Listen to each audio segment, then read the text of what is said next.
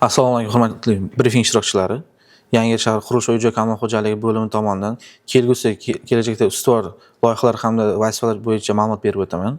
Ulardan Yangiyer shahar Ma'rifat mahallasida 2 ta, Davlatobod mahallasida 13 ta, Shodiyona Mufeysida jami bitta ko'p qavatli uylarning fasad qismlarini bazalt qoplamasi bilan qoplash hamda atrofda infratuzilmani takomillashtirish bo'yicha mablag' ajratilgan. Bu mablag'lar asosida qurilish ishlari boshlanishi oyda yakuniga qadar ishlar boshlanadi.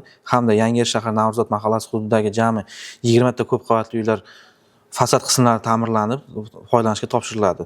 Bundan tashqari o'zimiz bo'limimiz tomonidan ustuvor vazifalar belgilab olingan. Kelgusi chorakdagi jami Fayzat mahallasidagi mavjud 31 ta ko'p qavatli uylarning fasad qismlari ta'mirlanishi, kirish yo'laklari va bolalar maydonchalari joriy ta'mirdan chiqarilishi rejalashtirilgan. Bundan tashqari Yangiyer shahridagi qurilish obyektlari yuzasidan ma'lumot berib o'tmoqdaman.